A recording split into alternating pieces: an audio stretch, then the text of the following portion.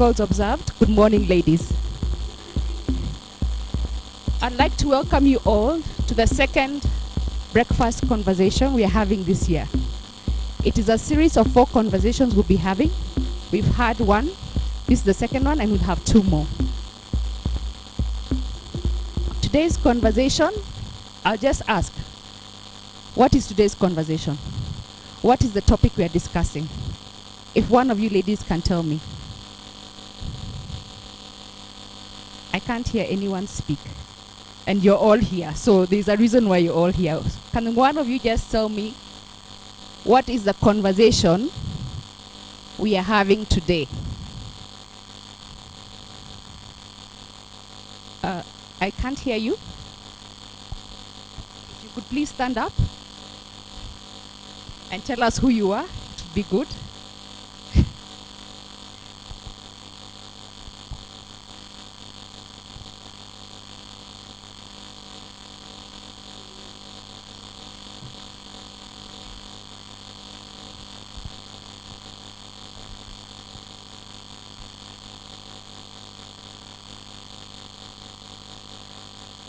Perfect. I think you've gotten it right. Is everyone in agreement? Perfect. So I'll start by introducing myself. My name is Christine Mathenge. I am the lady captain of Royal Nairobi Golf Club. Amongst us today, we have some important ladies and other important ladies. I guess we are all important in our own ways. So I'll start off by introducing our panelists today. I'll start with introducing Flora Mutahi. If you all know Flora Mutahi, who's in the middle. Okay, well, not middle. She's the founder and CEO of Melvin Marsh International, and she's also the chairperson of KEPSA. She has a story to tell us. She has been in business for 27 years, and she was an auditor for 9 months. Before her 27 years of business, that is. And she also was told to leave home when she decided not to be an auditor after 9 months. So I guess she'll tell us something more about that. We have Mary Ngechu with us, the Group Managing Director of Line Plus Group. This is an interesting one. She's been in 15 years of employment. She's a trained engineer in telecommunication. She left employment and employed her boss. She's been in business since then for 20 years. We also have Anastacia Kimtai, the managing director of KCB Bank. She's a career banker and she's been at it for 25 years. She's also a farmer and she's been at it for 11 years. She'll also tell us about a little bit about side hustles because I know she knows a lot about that. We have our moderator who has been with us for a while, Patricia Okelo. She's the founder of Candid Conversation, Circles for Women in Business. Also, a good friend of mine, childhood friend, she reminds me. So I'd like to welcome you all ladies to this conversation. Before I hand over to Patricia, I want to thank you all for being present. Let's give them some time. Please engage. If you have conversations, please, questions, ask along the way. And enjoy yourselves. Patricia?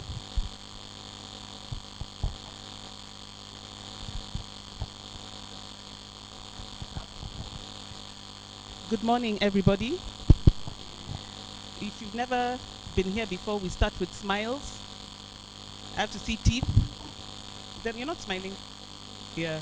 It's a really arduous task, believe me, to moderate women. And I like eye contact. So you keep looking at me. If you want to ask a question, you'll put your hand up or you'll wink so that I can see you. So as Christine has said, first of all, I've known Christine all her life because I think I'm older than her. And when Christine asked me to come and support her in these conversations, I was really excited because I'm really, really passionate about female entrepreneurship, specifically because I went into business 23 years ago and completely by accident. I didn't know anything about business apart from the fact that I got married in an entrepreneurial home. But in 2014, I was nominated for an award in Florida and came back home. I really loved it. It was so wonderful. I met corporate women, women who are in very successful businesses, running billion-dollar businesses. And it really triggered and inspired in me something that, how can we not do the same thing in Nairobi? And when I came back home, whenever I say this story, Flo is not in the room. So today I'll say it with Flo. When I came back, I even told Flo, I have this idea, I want to bring women together in business. And Flo was like, hey, so many people are doing that. I'm like, but nobody invites me. So what I decided to do is create an event where I will always be invited to, and make sure that I'm constantly inviting women. So it's really a real honor for me to moderate this panel and to have Flo as well on the panel, because we never had an opportunity of speaking like this. 2016, I published a book, A Candid Handbook for Women Doing Business in Kenya. It's also available here for you to purchase. And from there is where really Candid Conversation was birthed. When we saw the success of the book, so many women buying it, so many people asking to meet the entrepreneurs in the book, and that's really how Candid Conversation started. So thank you very much for having me. I'm really honored to be here today, and we'll go straight into it. So ladies, I know we've spoken a little bit, and I know Christine has done an introduction, but we'll start with you, Mary, when you'll take the microphone, and I want you to introduce yourself 2 minutes, and really it's 2 minutes in your own words, who Mary is, and we'll just go down like this. So thank you. As I've been introduced, I'm a woman in business, an entrepreneur. I am running several enterprises. I have 3 enterprises in manufacturing, where we are manufacturing packaging containers. We have a printing press, and I'm also manufacturing cosmetics. I have a brand in the market called Black Essential. I'm currently employing about 400 people in my manufacturing enterprises. I'm also in waste management. That is my passion project. I have an initiative that is called Takataka ni Mali. I'm also in a bit of hospitality, and I run some cottages in Karen called Severin Cottages.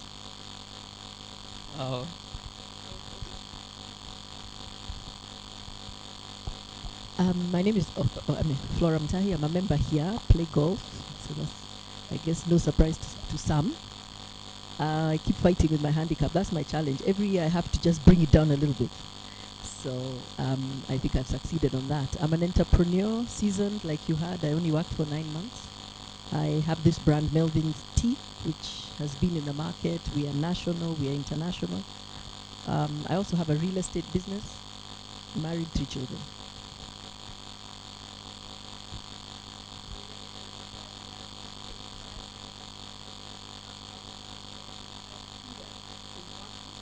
Enable and catalyze your business, and more specifically, I nurture and mentor the career bankers and women in the society. And my passion is catalyzing your business and bringing through financial inclusivity, where women in business stand up and come to the table.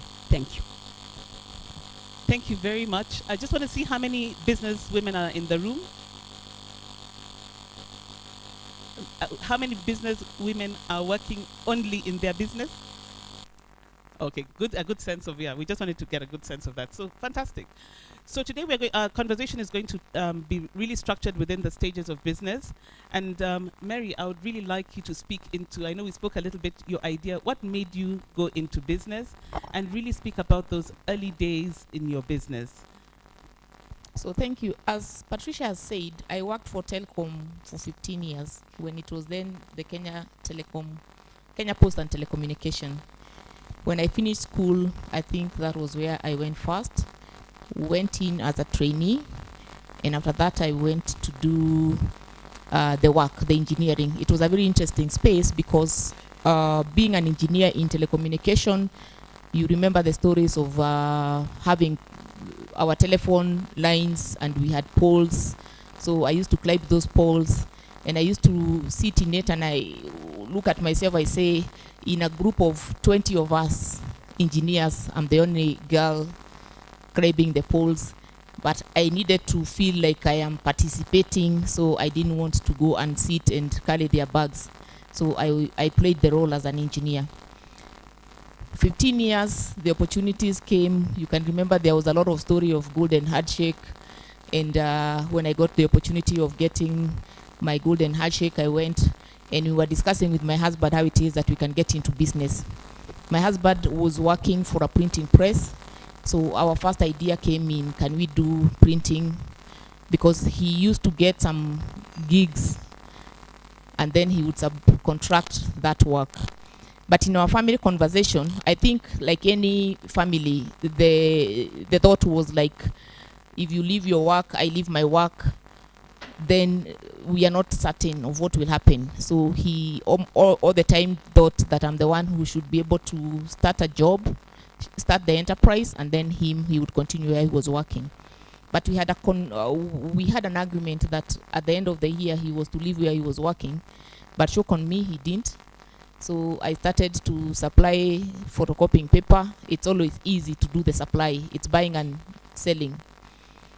Then after a few months, he was able to leave. Then we started a printing press. We bought a second-hand machine from one of the other printing companies, and I sat in as the admin, the person who is taking care of the office, as he went out to look for works.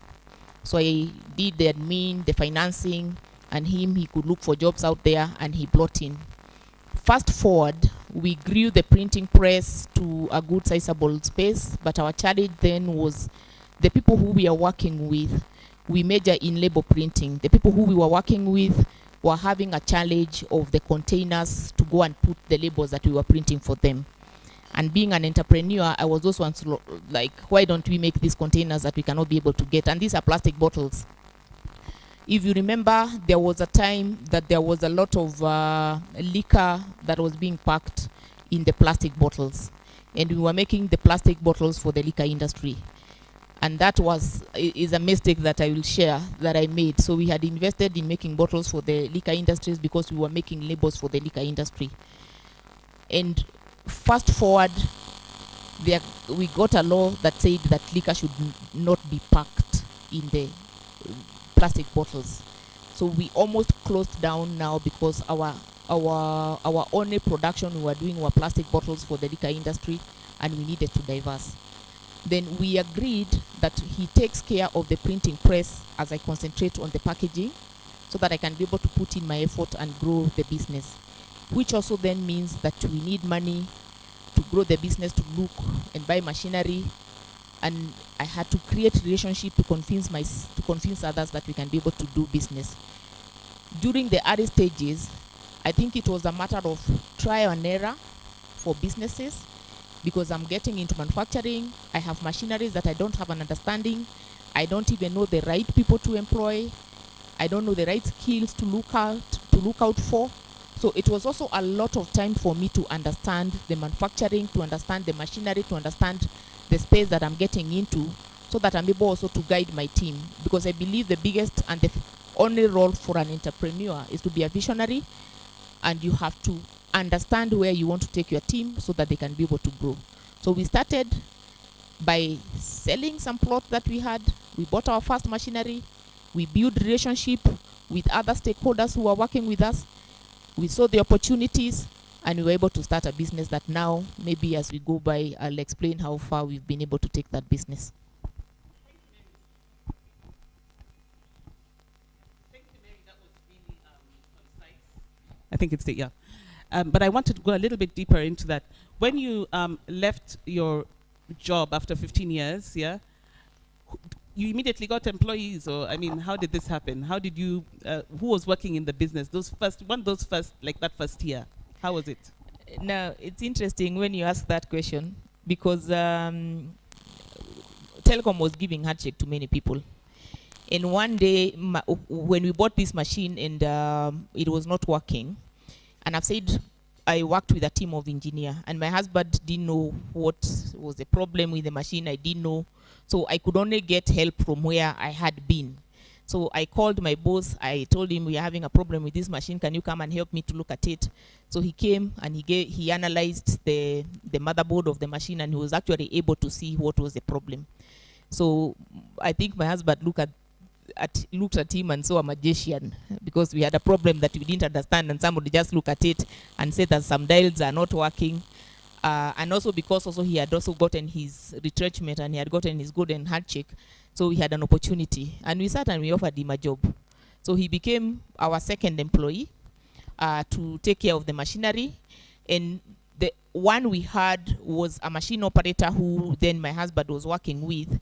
And I think we also worked with him for almost, I think, for all his life. After that, he passed away, I think, a few years back. But when we started, it was my husband to do the sales and marketing, to go out there and look for work. I did the administration and the finance. We had one machine operator, and now the person who was the engineer who was taking care of the machinery. I always remember when I sat with my finance people, the auditor, he used to remind me that I have a red diary where I used to write notes. I knew how much money was in the bank.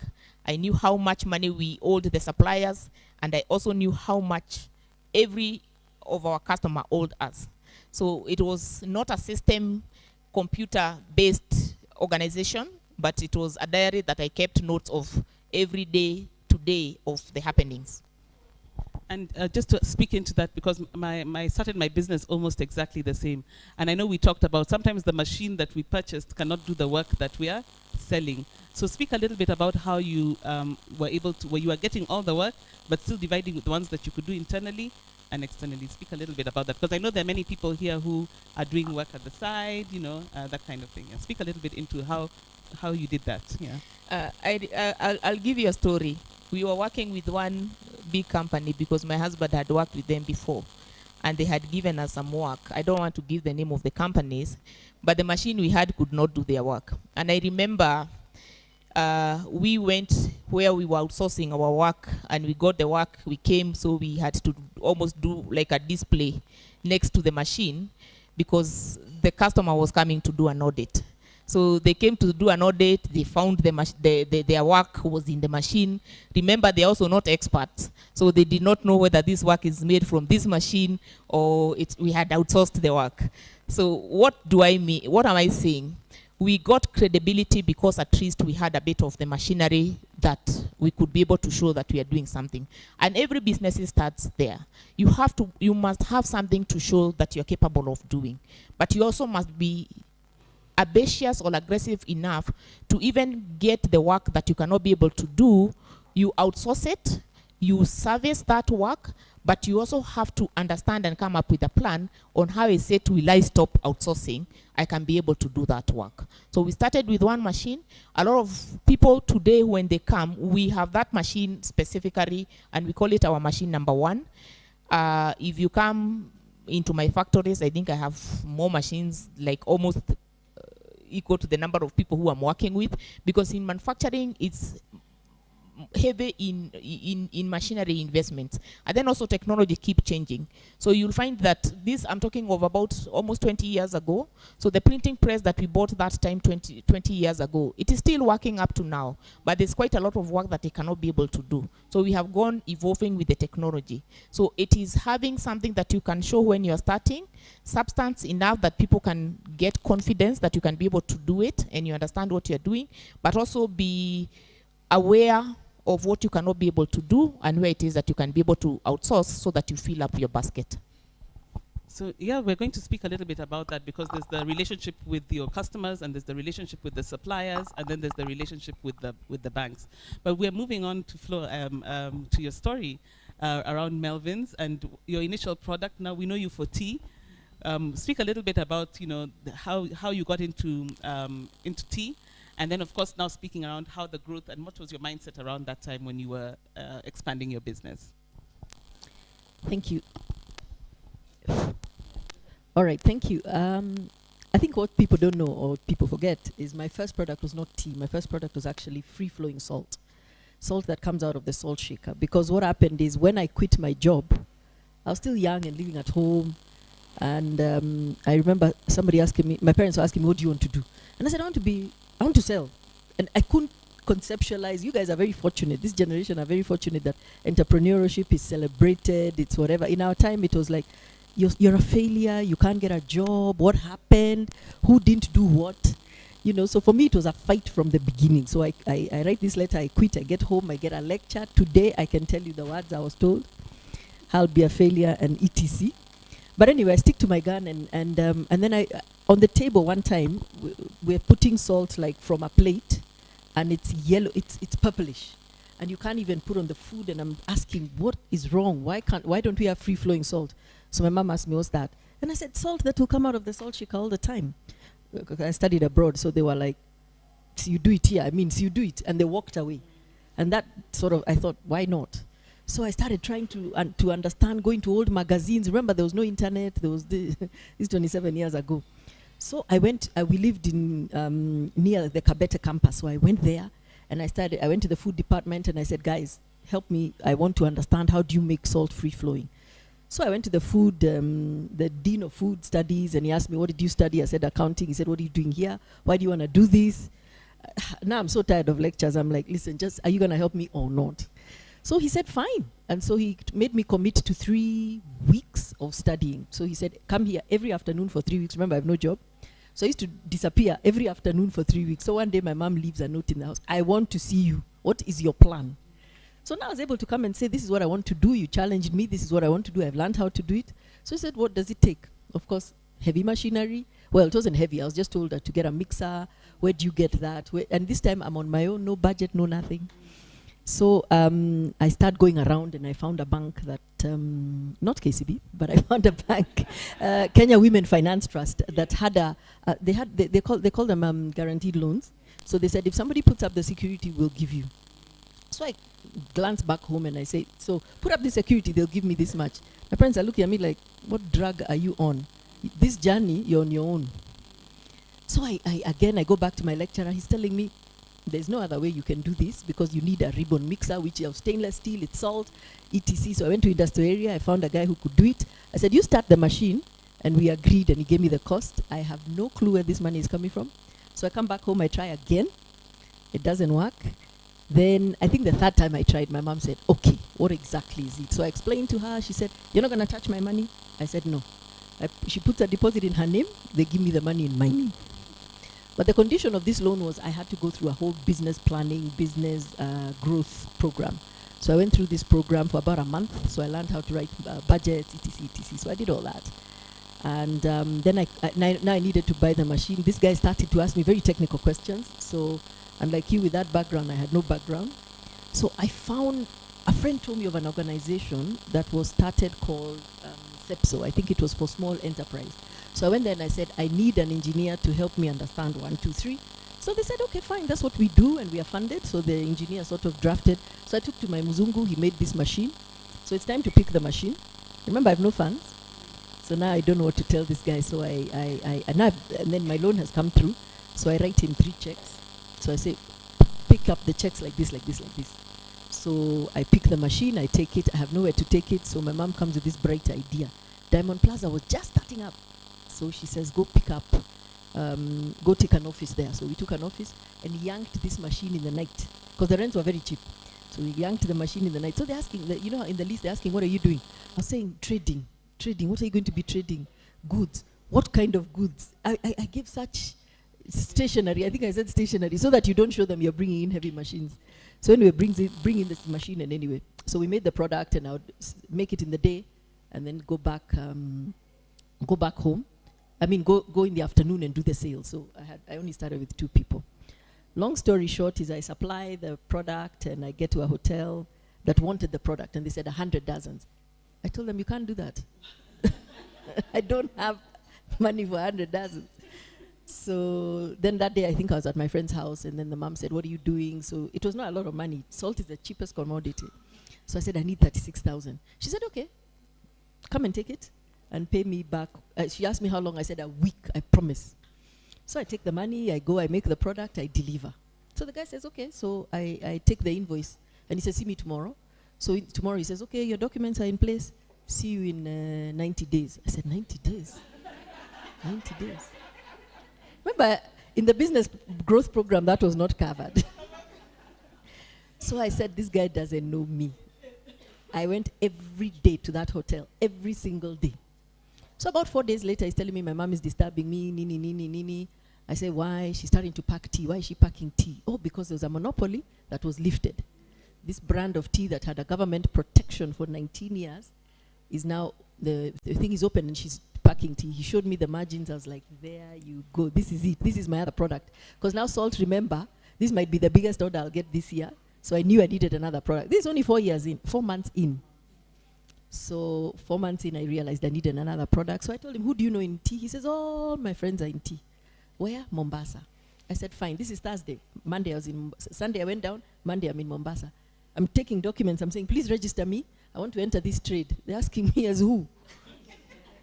I'm asking them, why, who do I have to be? They're like, no, you don't understand tea. That time I'm thinking, I've already cracked one product. You can't stop me. So these gentlemen were so jazzed by this crazy person. They took the documents within 2 hours, because it was a tea auction day. 2 hours they had registered me, they had signed 3 of them. And it was by virtue of this other guy in Nairobi.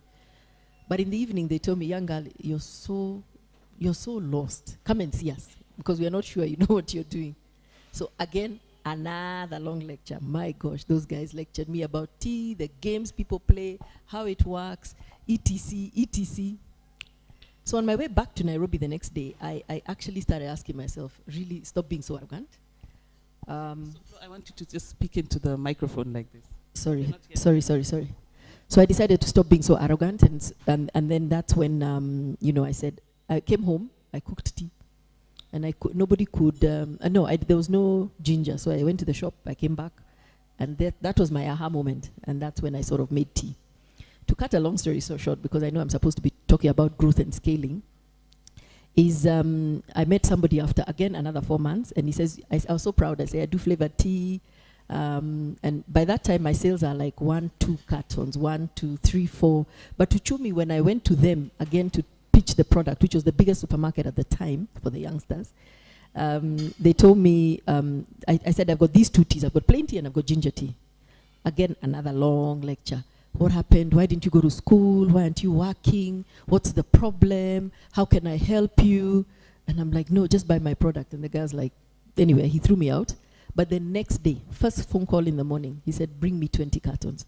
So I saw, so the ginger tea, long story short, the ginger tea worked, the plain tea didn't work. Because everybody's was into this was a new tea, but they didn't know ginger tea. So some would even call me and say, is the ginger on the side? Is it in the packet? Where is it? So it was a very interesting journey. So I met then somebody 4 months later who then said, how many flavors? I said 1. And he said, you're not serious. So quickly he said, if you can come up with more flavors, we have a program again. So you see, I've been supported with a guarantee fund. He said, we have a program with, I think it was Americas, the US trade. No, UK, the UK trade aid. And we'll take you to the UK to help export your product. So here I am, I'm thinking, 8 months in, I'm going to be exporting. So I meet this gentleman, we quickly make four other flavors, and I go on this trip. And the usual, I think these aid programs, we need to qualify some of them. So they're there telling you they will get you buyers, you've got flavors. They haven't even checked your internal capacity. So anyway, we go there, and the guy starts putting me up against James Williamson, James Finlay. He's not even understanding what you're trying to do. And that Finlay guy was so arrogant. He said, why do you think Kenya is where we buy our tea in bulk? Why do you think we'd let you into the UK? So I came back, tail between my legs, and you can imagine a ticket, what it has cost me. I have no money. But anyway, that was my aha moment. That is when I realized that there is no point having all these big dreams if you have no foundation. So I started looking for friends, help me. How do you see this, whatever. I went back to my business growth program. And that's when I put together a team of advisors. And one gentleman then told me, go, first of all, have a firm foundation before you can think of scaling. So that calmed me down for the next 4 years, I think 4 or 5 years. I really then scaled up the product, national distribution. To lead and to do a business and to be an entrepreneur, you're constantly having to learn. You're constantly having to network. You're constantly having to, when you go to a banker and they say no, don't for an answer. Sit with them and tell me why no. And if I sort this, will you sort me on this? And then they'll come up with a new product, because that's what bankers do. I mean, a new no, because that's what bankers do. But then you sit again with them. When you go to trade and they tell you no, you sit again with them. So for me, it was a lot of, learning and whatever. Then I then was called by this same Uchumi, and they said, we like what you're doing. Can you do for us rice? So I started packing rice for them as a commodity. I didn't realize this is commodity trading. Commodity trading, low margins, huge volumes. My life was up and down that road of Mwea, because it's a cash business. It's a lot. You're dealing in tonnage and tonnage and tonnage. So one time I go to a banker, a friend, and I say, I need money, very arrogantly. And he's like, let me see your books. And he looked at my books and he told me, you don't need money. You need to work your balance sheet. Your debts are out there. So I said, but these are Uchumi, they won't pay. He said, then shut the business. Aren't you the one who's packing for them? Don't you have their packaging? Shut it. So I went to them and I told them, gentlemen, I will not be able to continue if you do not pay me on time. Fortunately for me, first of all, they were in financial struggle and I didn't know. So he told me, by the way, I know something that you don't know. They're in financial trouble. So what I did again, I did like I did with the gentleman, I went there every day. I just told my office, you're not seeing me now. Every day I went there and I sat with them, I ate their chapatis, I had the whatever. So as they were now trying to pay their suppliers, I had over 10 million with them. By the time they were closing, I think I only lost 300,000. And you can imagine, this is years ago, it's like 15 years ago. So it was, can you imagine if I had not opened up myself to speak to others? So I think in entrepreneurs, we need to realize that answers are out there. Answers are with people. Don't ever die with a problem. The good thing about women is we talk anyway and we're happy to talk. But the problem with women, we don't network enough. We talk to each other. You need to learn to talk to professionals. You need to learn to talk to the people who are saying no. You need to learn to talk to the people who will open the doors for you. So for me, I would say that is where the growth started. So this guy then called me and told me, come here, put together a board of advisors and I'll be your first member. So again, how do you put together a board of advisors? I went to people who had the skill I didn't know. Remember, I didn't work. So I said, I need professional people. So all my advisors are the other way around. They're professionals. They work in. So I have a sales and marketing director. I have a, somebody who's good in finance, somebody who's good in HR. So I remember the guy who was good in sales and marketing looked at my plan and said, is this disorganization based on industry? Or is this disorganization based on the CEO? He's talking to me, and I've asked him to join my board. How dare he? So my point around this is when you're choosing board of directors, don't go and choose your friends because they're your friends. Imagine I love Mary, she's my buddy, I love Pat. I might not be too honest. I mean, I'm glad I was that honest with you, Pat, where I challenged you and said, everybody's doing this. What is yours? Maybe the big sentence I didn't say is, how is yours going to be different? I hope I said that. So you've got to get people who will speak into you. Of course, with love and give you solutions, obviously, not always just giving you the gaslighting, like I hear the youngsters say.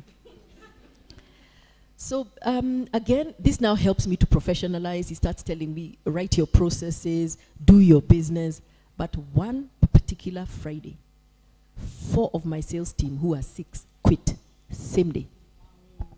Now remember, I've done the big accounts, so I don't need to be out there. I need this team. What do I do?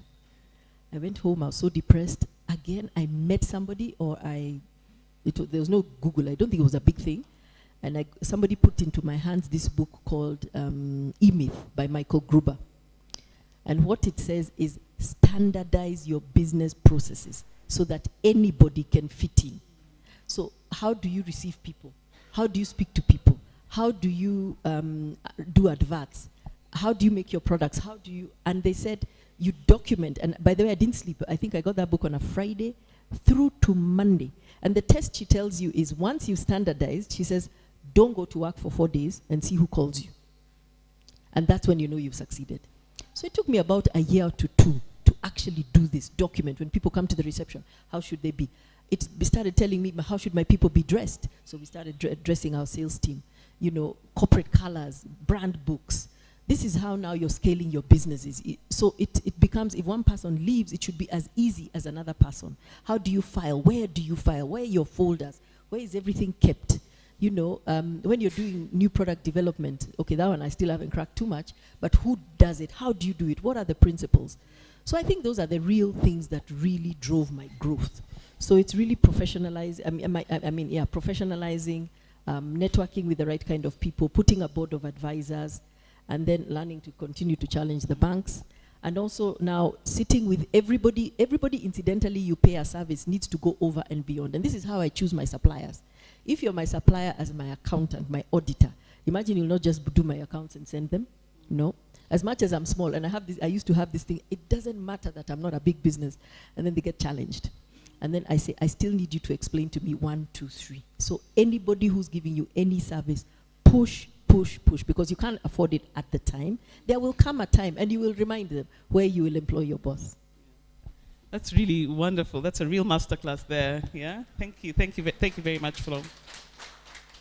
And it's so funny that when we're talking, I'm just seeing kind of a theme, especially with Mary and yourself, Flo, which is a theme of confidence and courage that I'm already seeing in terms of when we start talking about entrepreneurial mindsets.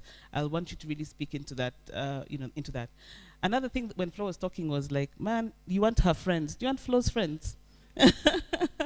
But the reality is, I think there's also a deliberateness in picking the people who you're surrounding yourself with, I think, yeah, for that. Another thing that came out for me clearly was around financing and financing the business. Mary, you spoke into the fact that you got a golden handshake, you know, and we're going to talk about that now as we move to Anastacia speaking. That at each stage of the business, I know one of the biggest challenges in our starting stages, we don't have collateral.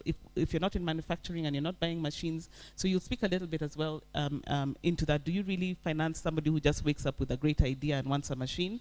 And I want you to really speak in terms of, in your experience, I know you've worked for KCB for a long time, but we don't want you to sell any product. We just want to say, as somebody who's financing businesses, do you really finance somebody with a great idea to buy a machine?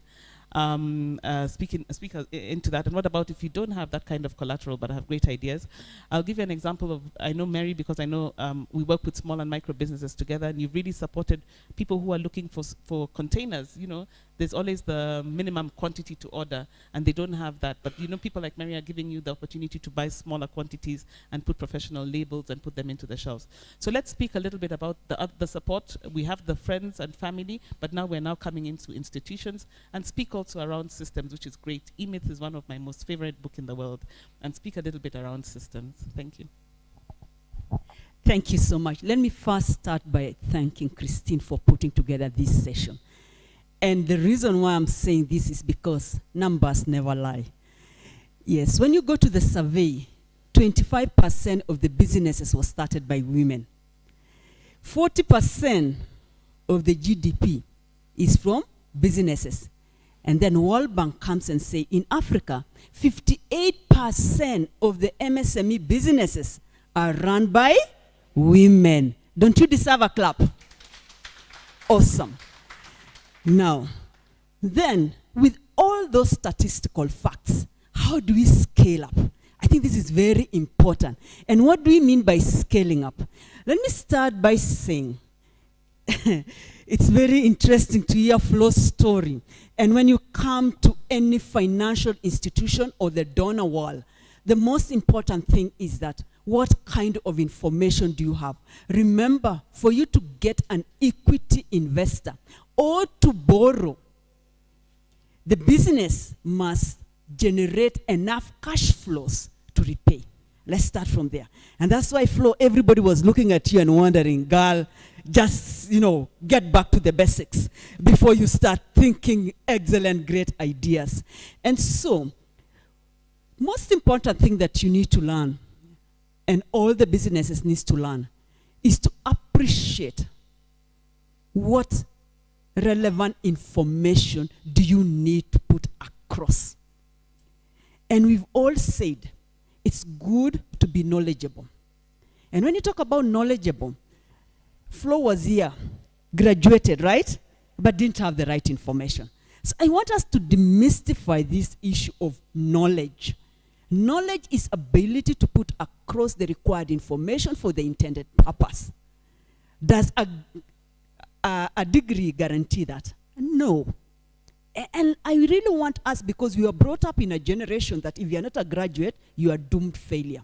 But there's so many business people outside there who excel because they have the right information to run their business. And when you don't have that information, I like what Mary said, we couldn't run these machines. So you don't have the right information. What do? Get the right person in place to complement you so that you can be able to have the right information to put in place for financial intervention. That's very, very important.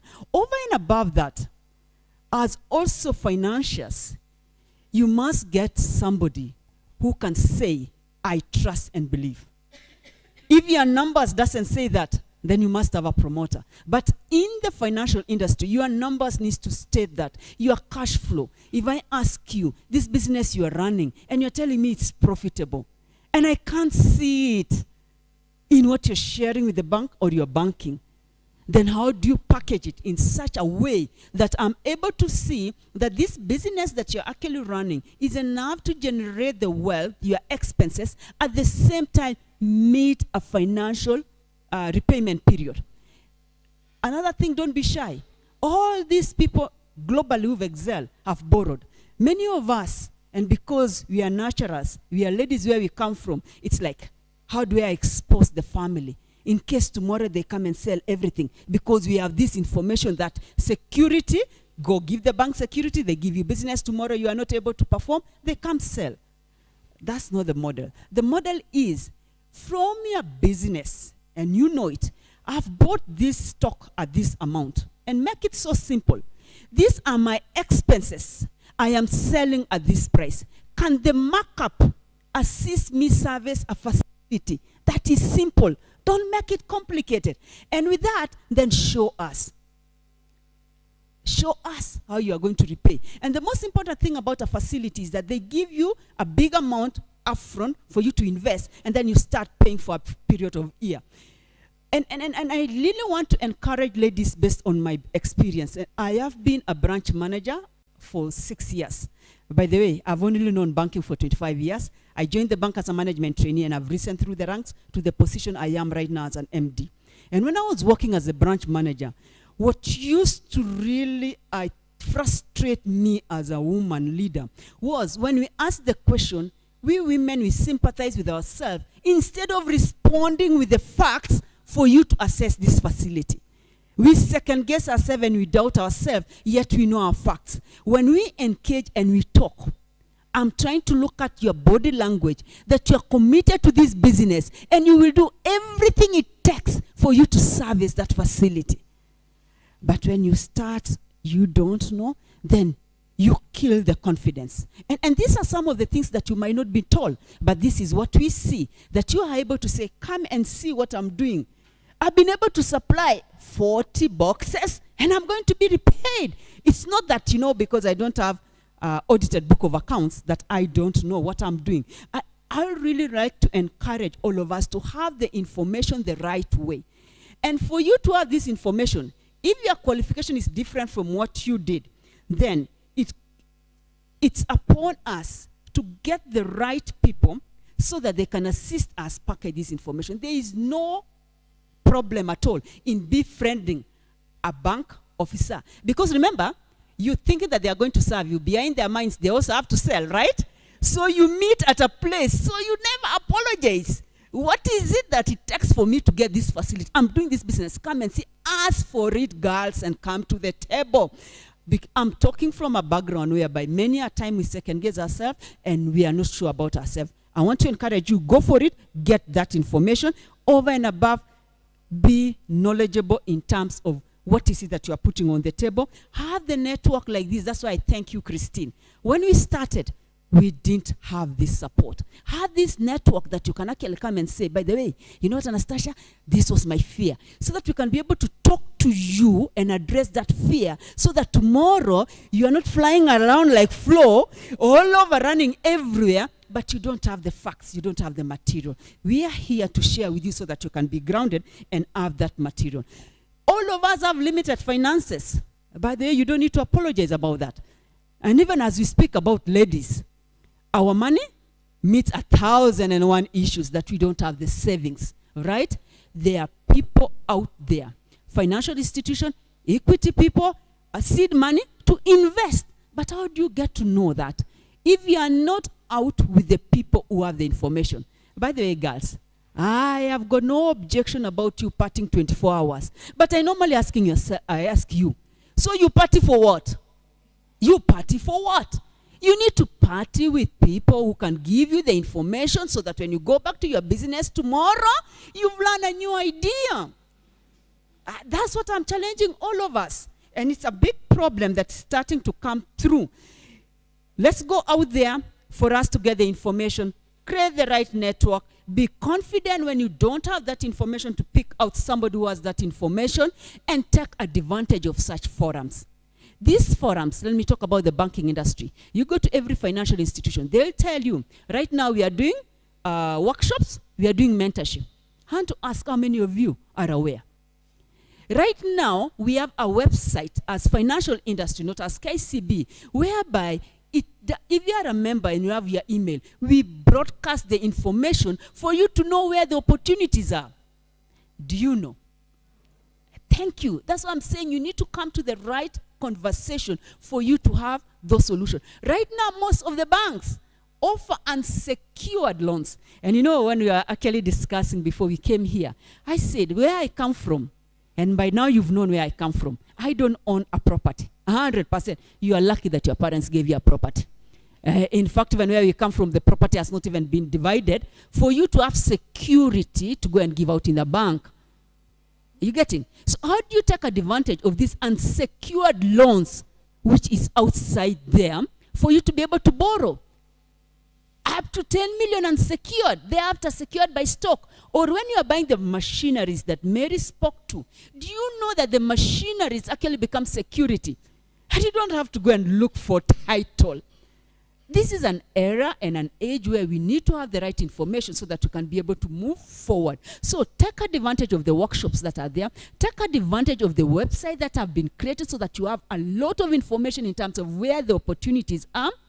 Come to the table where you can leverage on the experience of the people who've been ahead of you to mentor and handhold you. And I normally say mentorship is not about being with that person throughout. Even for those 10 minutes that you're able to engage, you can really learn a lot from that. And then it's like refer me. And then ladies, it's very good and it's very important. I am where I am because of a lady who is a member here who told me, Anastacia, if I don't see your application, I'm done with you. Allow the other ladies to challenge you and have people who can challenge you to be able to know what you have in yourself that at times you second guess and doubt yourself so that you can step to the table. So that you cannot limit yourself that I need to start with 1,000, 10,000, yet you have the capacity and the ability to go to 10 million. Have that people around you so that you can be able to go to the next level through these forums. And finally, when you are given an opportunity, gather the minimum required information. Let me tell you, within the first 1 minute that you speak, a person make a solution. And I'm already done. Like, let me do this. Allow me for only my 1 minute. Let me do this. Could you please introduce yourself and tell me what you are doing? Just a minute. What are you doing? Just a minute. Yeah. 2 minutes, introduce yourself and tell us what you are doing. Okay, my name is Alice. This is a very interesting conversation for me because I've worked in logistics all my life, and most recently I was working for a private equity fund. We raised 120 million to build cold storages. And why am I here if I work? It's because I've always heard people say, you have to start your business, you have to start your business. And I'm always wondering, is it better to be employed or should I be an entrepreneur? So I'm at that transition where I don't know what I'm going to do for my retirement. Will I be employed forever? How have other women done it? And what is in it for me here? Thank you. Allow me just use that example. Introduce yourself. All of us have an opportunity to buy from you. You mentioned logistic. Had you given us more facts about what you do, by the time we leave here, all of us could have been your customers. And this is very important for all of us so that when you are given an opportunity that you come to the table with anybody, you are able to convince them that you know the business you are doing, despite the challenges. Let's put aside the challenges, because as ladies, by the way, challenges come top of mind. No! Demonstrate that I do logistics, and in logistics, this and this is what I do. The rest of the things you'll go and manage. This is very important for us as we grow our business, because at that particular moment, you are talking to prospective partners. You are talking to people who are going to give you business. It is very, very important at any one point. 2 minutes, clear, this is what I do, this is what I'm doing. I have the confidence, I know what I'm doing. Challenges, by the way, girls, hiyo ni zetu baadaye. When you are now having a one-on-one, right? So that is very important, because we could be very good, excellent in what we do, and you have the experience over the years. But when you are given 2 minutes, 2 seconds, what come out of us? Thank you. Thank you very much, Anastacia. Thank you. I was really curious. Have you ever given somebody a loan if they've come and cried and they really want that money? Have you ever? You feel that tears will not deliver? It's not that. So yeah, thank you very much for those insights. And I want us to really, first of all, please prepare your questions. We're going to go, and you can stop me if, from 10:30 we'll begin to ask questions with the audience, and we'll have a good at least 40 minutes to ask questions. But I really, really want to speak into something. Kwa ground. We've had all, especially now with Anastacia's talk, Kwa ground, how is it really? And one of the things that I really want to talk about, because from my experience, and I have gotten machines financed, there are many, many challenges. For example, buying a second-hand machine. Will the bank really finance something like that? But that's the machine you can afford. So I want us to talk about the entrepreneurial mindset, and Flo, you touched a bit on it, on this thing of saying no, stepping outside our comfort zones, Let's speak a little bit around confidence and courage, and how can we nurture those things, especially if we don't naturally have them. So Mary, I want you to start as well. I know you're a mentor, you can speak into that, and I already had asked you earlier, when you meet your mentees, you can always tell the ones that are going to be successful. Let's talk about that mindset so that we don't romanticize this journey of entrepreneurship. So thank you, Pat. When you know you can only afford a second-hand machine and you go to a bank and they cannot give you that loan, what do? You look for other alternatives, innovative ways of how you can be able to achieve that. I'll give you an example. When we started our business and we needed to give collaterals for buying, and we needed a home.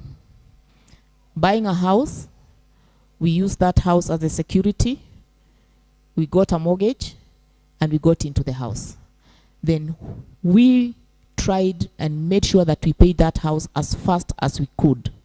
Then we used that house to get money to buy our machineries to grow our business. We also, as we were working, I built good relationship with my suppliers, and I was able to get credit facilities from my suppliers because I was credible. I tell the mentees that I mentor today, we need to look into our businesses and look into different ways that you can fund or you can finance your business. The easiest way to finance your business is through your suppliers. If you have a good relationship with me as your packaging supplier, I can give you, Flo has talked about 90 days. 90 days is free credit to the person who is using that as raw material or input for their products. But if I'm not sure that you pay me in 90 days, then you'll come and I'll give you cash. From my day one, I was able to get credit from my international suppliers. And when I talk about international suppliers, they are so sensitive that they tell you that you'll pay on the 2nd of June. Your payment cannot be 3rd June. It has to be 2nd June or early 1st June.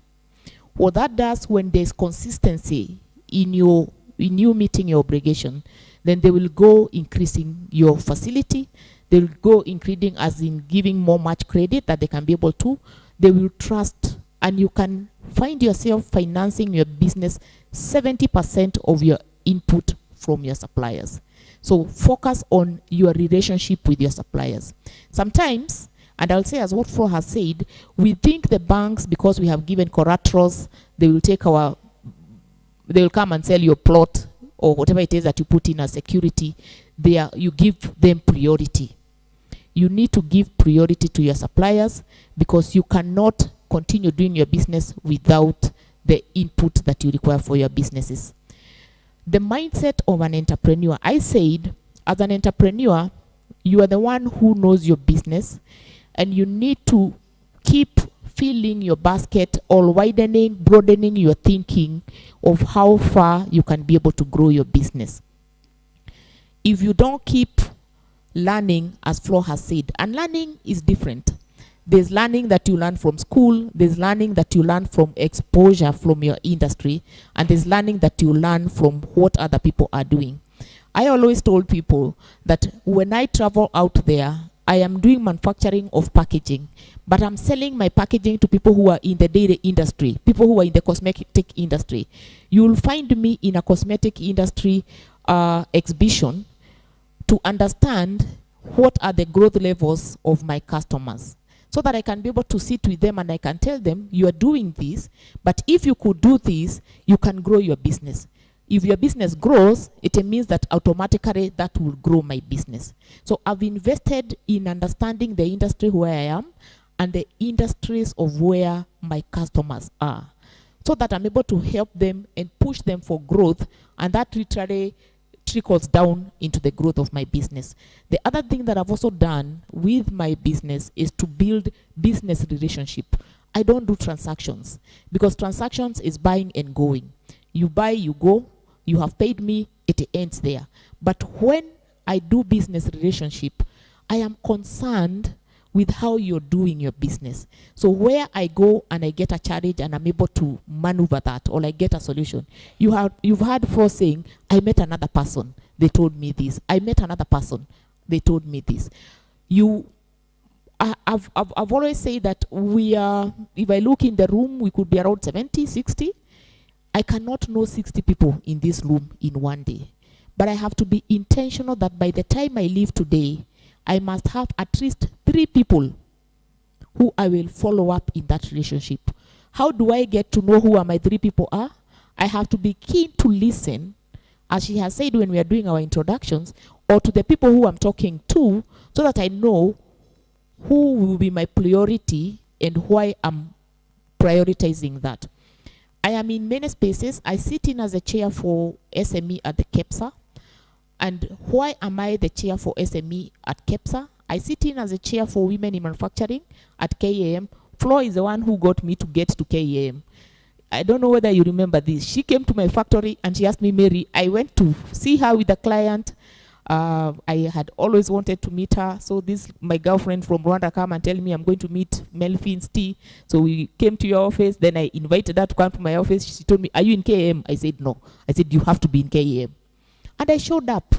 I went to KAM, not because I knew what KAM was doing, but because Flo said that I have to be in KAM.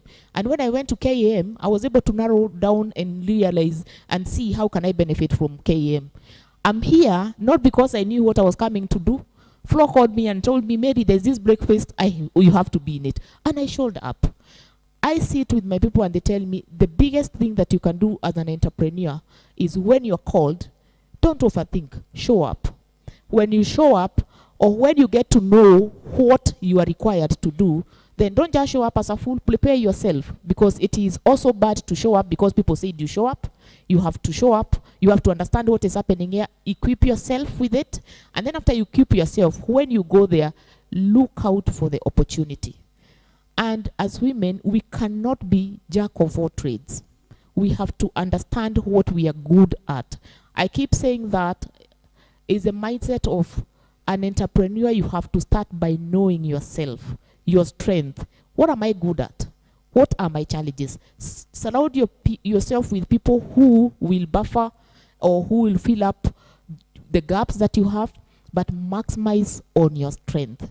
If you don't know your strength, then you keep trying things that you're not good at, and then you keep getting discouraged because you cannot be able to do it, and then you forget what you're good at. Be clear that I'm not good at this. Who can be able to help me to do that? So I'm not going to ask you, Flo, to repeat that the same thing, because I think she's addressed it really well.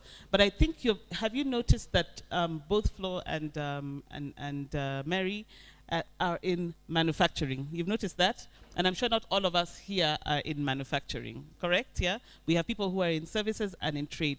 And it's deliberate. There's a reason why this conversation is being skewed towards manufacturing. and not to discount trade and services, yeah? And I think that's, before we go into the Q&A, and immediately after this, just have your hand ready if you have a question. We're going into it. We had a conversation around trade versus manufacturing, and when we're looking at the future of business, women in business in this country, yeah? And there's a reason why we're having this conversation around manufacturing. Flo, I really need you to speak into that, yeah? I really need to, where we're moving towards that, and that's not discounting services, but there's a reason for that. Yeah, go ahead. I honestly believe one goes into business in an area either you know a lot about, but I think more importantly, something that you're passionate about. You need to do something that you would do even if you don't get paid. Because an entrepreneurial journey is lonely. An entrepreneurial journey is full of challenges. But I keep telling people, my work is to solve challenges. So when I go to the office and they start telling me, I didn't do this because I had a problem, I said, did you look for me?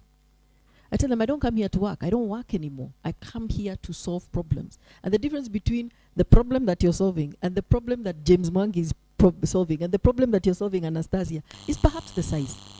There's no other issue. So really I keep saying, there's a danger of everybody thinking manufacturing is the way to go. It is a lovely way to go. It is difficult, but you have to have the passion for those machines. Even when they start calling you and you can't understand a motherboard, you'll be asking yourself, why am I in this? But the engineers to do that is not your problem.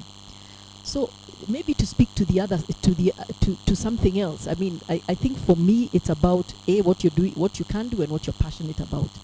But today, I believe we have become so sophisticated that I would always tell somebody, let's also stop this Me Too kind of business. We are very good at it as Kenyans. You know, in the tea sector, would you believe there are 500 registered tea packers today in Kenya? How many do you know? I don't think you can pass 10 that you know like this quickly. And I hope Melvin's is number 1, 2, 3.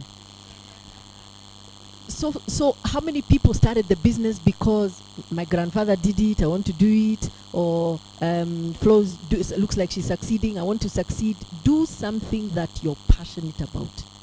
And then secondly, look for innovation. For me, I am quite clear. I only succeeded because of innovation. I have I started my plain tea. I went into free-flowing salt. There was Ken Salt, that was a market leader. But now free-flowing salt, people are starting to understand it a little bit. Till today, we are struggling with that one. I went into tea. The flavor tea picked up, but now we're playing in the main tea section. During COVID, people started saying, the tea was being drunk at home, yes, but not in the offices. We came out with a solution, this vending tea. You actually press a button and you get your tea, so you don't need your tea girl. So all these offices, especially creatives offices where they transnight and whatever, they love the machine. They say, just put all these machines all over, people just press a button. We do a lot of coffee, but we don't do tea, so we did that. Then just the other day, I think 2 weeks, this is new, we have tea sticks. Now we have tea on the go. Milk, sugar, and tea. In a sachet, you can throw it in your bag when you're going camping. Just put it, and it also works in the machine. So I think whatever you're doing, whether you're doing services, how can your service be different to somebody else's service? Just recently, I think somebody was talking about Strathmore Business School. I met a lawyer, and she said she studied law, and then she was just about to go to do her master's. But she realized what a lot of the people who came into the law firm had challenges. It was my brother fought, my mother, the family, the business, and she said, I want to understand relationships, and she went and did psychology instead. So right now, she's actually doing a lot of counseling. She's still a lawyer, but she's helping families sort out their wills, write out contracts, and she has found a niche. So for me, my message is whatever you want to do. There's a little girl in Nigeria, Tara, she totally amazes me. So she went into manufacturing of cosmetics like you did. But then she realized she can't be the only one. So she turned the model around, and what she does is she trains people in lower income settlements. So she'll train you. She goes to these little lower income, she trains them to be beauticians and empowers them to be entrepreneurs. What has that done? It has infiltrated her brand right through Nigeria, 200 million people. Isn't that just the smartest idea? So for me, it's taking your passion and turning it and coming out with an innovative model. Now, innovation is not the easiest thing to do. But let me tell you a secret about innovation. Sit with 3 generations, or 4 if you can. Sit with a little young kid, give them your idea. Even if you say, I want to start a logistics firm, speak to a young person, just explain what it is. Let me tell you, the comments you will hear is where your innovation will come from. They will start telling you things like, my children tell me, Mom, we love you to death, but we don't drink tea. Why? A, they told me it's not available everywhere, so now I give them the sticks. Incidentally, when I was doing these sticks, I gave families, my friends. You know, this age, I gave my friends. Do you know who was calling me? The children of that home were the ones saying, Auntie Flo, when is that product coming into market? So I realized, in fact, the other day they asked me, what's target market? I said, it's that whatever. Now my kids are telling me, we drink cold drinks. So what is that telling me? Melvin's needs to go into cold. So this is how you drive innovation. This is how you actually drive niche. And I think you can be an entrepreneur in anything that you want to be. And guys, Google, ChatGPT, start there. It will tell you, these are my passions, this is what I like, what should I do? By the way, put into ChatGPT. And for those of you who ChatGPT sounds like I'm just playing with lingo, it is an AI that is thinking, it's picked up whatever, and it's thinking faster than we can think. So put your stuff in there, tell it, this is what I want to do. It will send you in a direction, and then you pick it up and innovate yourself. Thank you very much. We're opening it to the floor for any questions.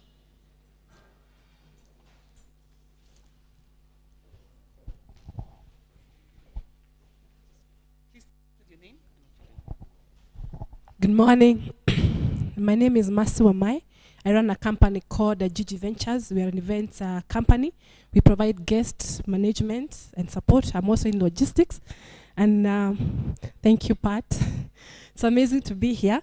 And I'm just looking at the ladies, and I've seen Flora. I was in the Melvin's program, and it was amazing. I was just telling some ladies here about that amazing program. And meeting Mary, and last week I was at Strathmore, and I met Line Plast, whereby what's amazing about you ladies is the support and the commitment you have for the ladies and for the women. So it's so evident, even all of you. So my questions, I will put it to Flo. You've mentioned a lot, and one of the things I picked up is on the board of advisors. So you talked about how you have created a board, how you started. So maybe you can tell us, I think the interest would be, how do you structure that? And do you pay your board of directors? How does that work? The other thing that probably from Mary, you talked about a lot of businesses that you are running. So, and one of the things that I found very challenging is, how do you balance many businesses? When do you know when to move to the next? And sometimes probably your business is is very busy, and then you have to really, how do you know when to move to the next one? Thank you.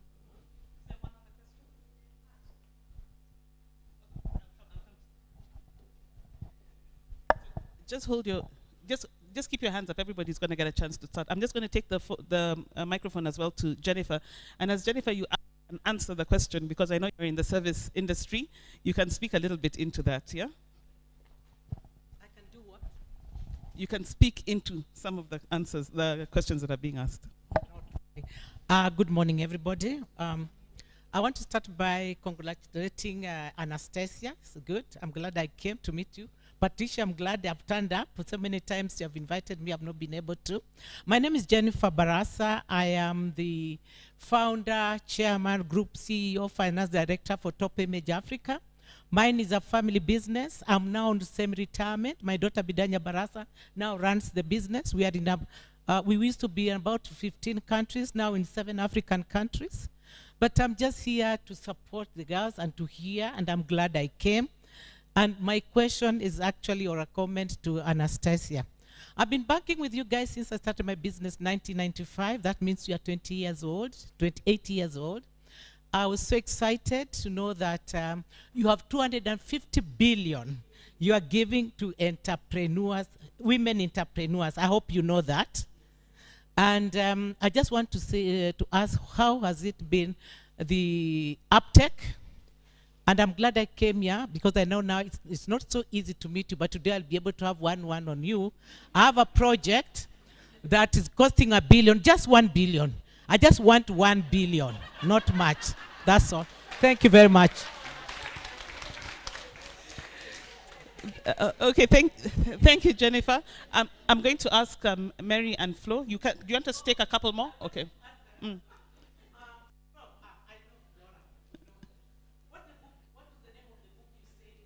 I didn't hear that book. Image revisited. Image by? Okay, thanks. Thank you. Good morning, ladies. My name is Evelyn Nyarega. I'm here courtesy of my sister Lucy Kisia, who's a member in this club. She sent us the poster in a sister group. We didn't think twice. We booked. So first and foremost, Mary, I'm a golden handshake of KPNTC. I haven't met anyone since I took the handshake. Will be good to see you after this. My question, I think, is more for the ladies who are in employment. So I'm 53 with a 5-year plan to stop working. So my question is this. I mean, we have a plan. I know what I want to do as a retirement project. But it's the how and the why and how to go about it. So mine is to look for a mentor. I'm going to be selfish today for myself. So Mary, we were in KPNTC together. I probably know your PF number. So mine is to say, please, I need somebody to project, maybe look into my dream. It might be something that might work. As for Anastacia, I'm at Melvin T. Lavington 3 times a week. I need a loyalty card. Again, I'm being selfish. So mine is to ask for the working girls. Can you guys hold our hands and probably look into what we're doing and probably sign posters on how we should go? I know you said we need to look for the right people. I don't want to go far. I have the right people here. I think everybody agrees with me. Thank you. Okay. We're going to take 2. Morning, everyone. My name is Roslyn Keegan. I'm a mental health practitioner. I work at intentional therapy here at Upper Hill. And we know that mental health refers to a person with psychology, well-being, basically emotional, attitude, and all. So my question is to the panelists, is how do you, in your organization, incorporate mental health? Because as much as we are entrepreneurs, our mental health is key thing. So how do you invest on that? Do you have wellness programs? And if you do, can you please call us to come and even talk? And even the SMEs that are here, do you take care of your mental health? And how do you do that? Yeah, that's key thing, because you can't move in if you have, because we have a contract with a company, an insurance organization in Canada that sent to us workers online who prefer maybe African mental health practitioners. And it's a very good thing, and if we can do it even in Kenya, and you have those organizations where a person might not come to the clinic, but we can do on Zoom, it can work. So how do you, in your guidelines, how have you positioned your mental health? Thank you. Okay, we'll just take one more. Good morning. It's a pleasure to be here. My name is Yvonne Mwangi. I am a top-rated online worker, and I have 3 questions, so allow me, actually 2. I like that somebody actually brought up the element of mentorship. I'm interested in getting a mentor because in the line of work I have, I feel like I'm breaking a glass ceiling and it's very lonely because I only work with clients in the US and in Europe and in Canada. And so I've reached a point where I need to build an agency and onboard other Kenyans to do what I'm doing. And so I haven't found somebody who's doing that, and I need somebody to help me build that agency so that it can grow and it can scale. So I'm interested in mentorship opportunities. My second question is to Anastacia. As I've mentioned, I'm an online worker. I don't have collateral. I come from a family where there is no collateral. I feel like, as I've said again, I'm breaking the ceiling in business and in family.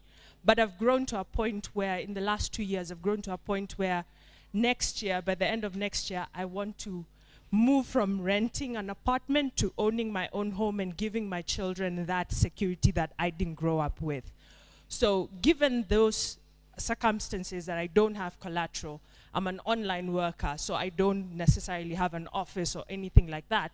How can I tap into financing the unsecured loans that you spoke about? How do I qualify for mortgage with the, in lieu of the collateral that you had mentioned before? Thank you. Okay, I think we'll start answering the questions, then I'll come to this side. Go ahead, Mary, you can start with the ones that were objected to you.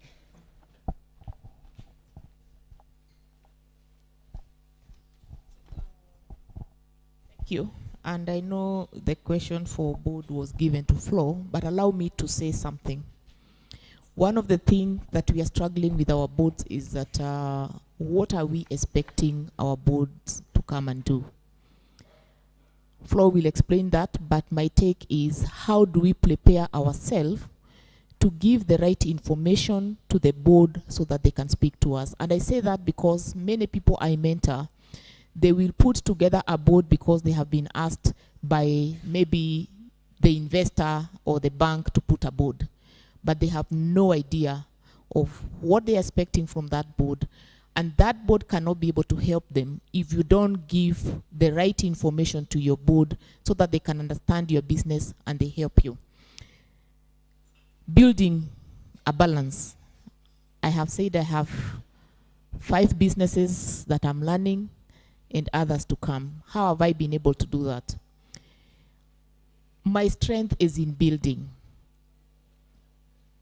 And once I build, I'm aware that if I have to build something that is beyond me, I have to put systems that will work without me.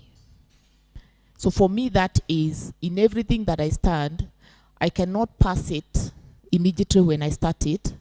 I have to build it to be strong enough that I can leave it to continue growing, and I come in just to advise or to solve problems that cannot be solved. I tell my industries, if you call me because there's fire, first you're gonna tell me whether I'm the fire brigade man.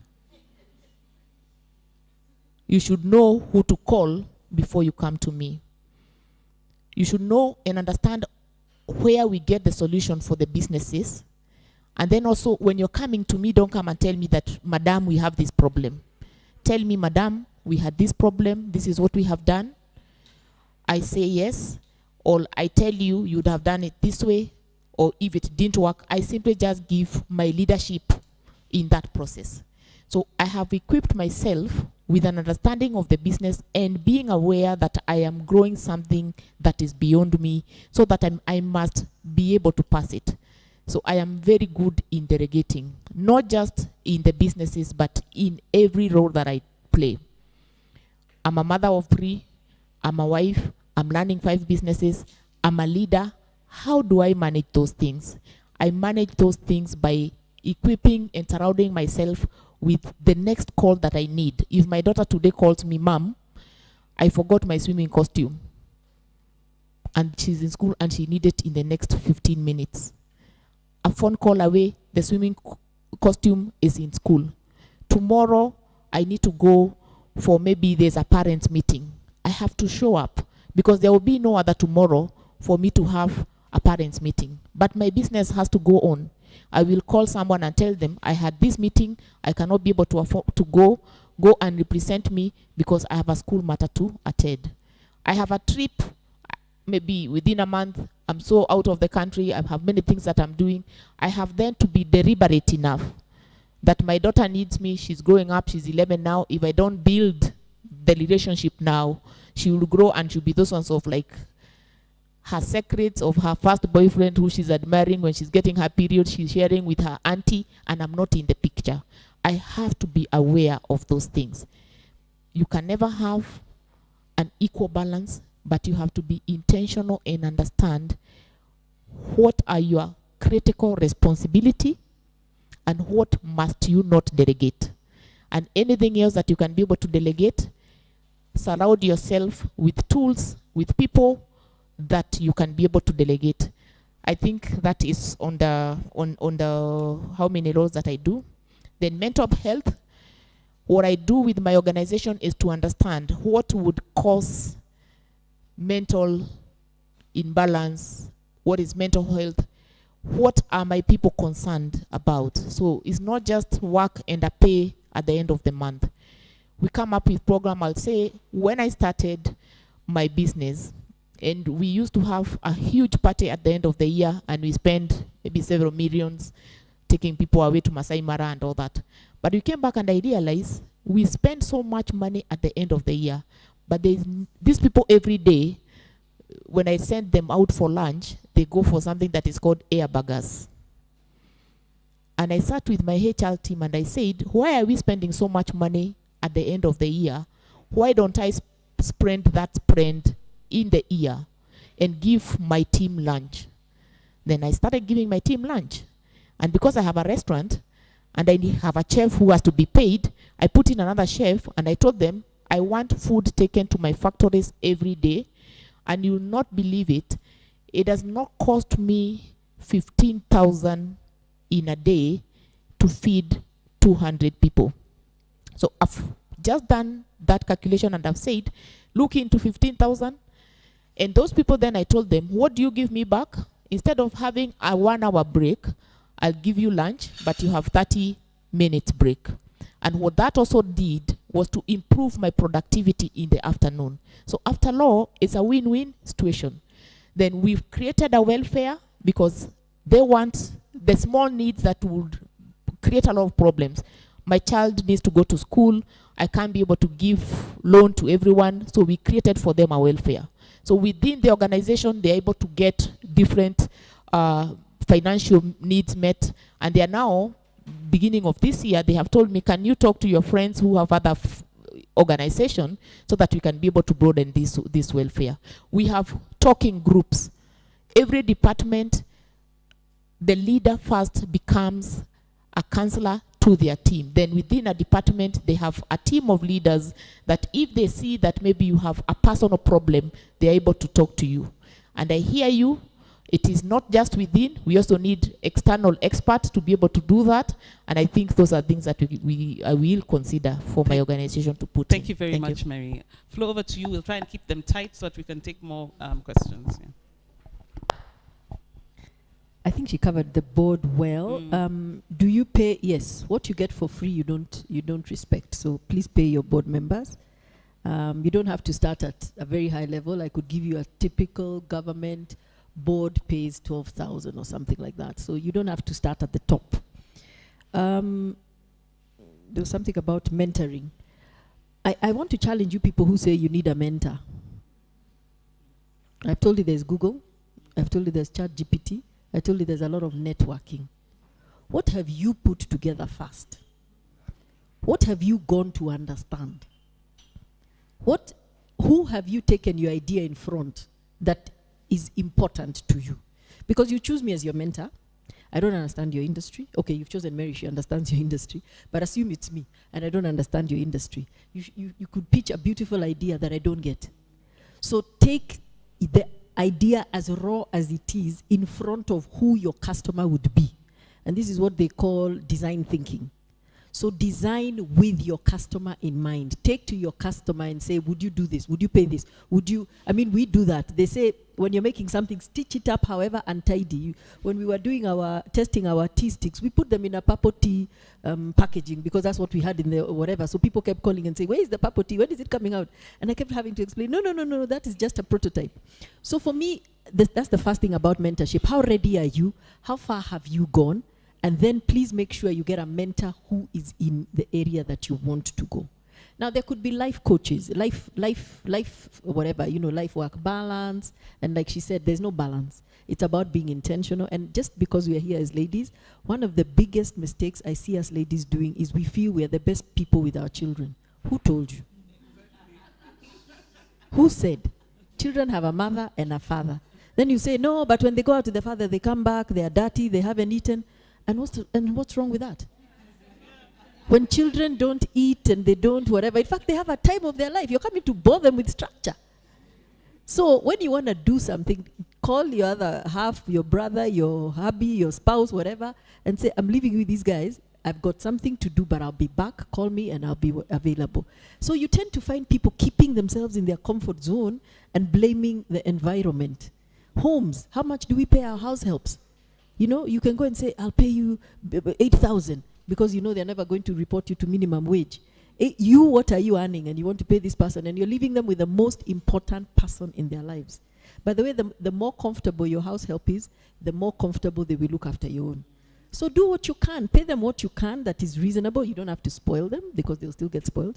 You know, do what you can, but and then try and meet their little needs. Like she's saying, she looked at food. She looked at housing, accommodation. Where do they live? How far are they traveling? Do you give or are you the ones who count potatoes and bananas? I mean, I've seen people come from very wealthy homes, maids, and they say, "Where's Yuko?" They count for me apples. They send the child to count the apples that they left on the table.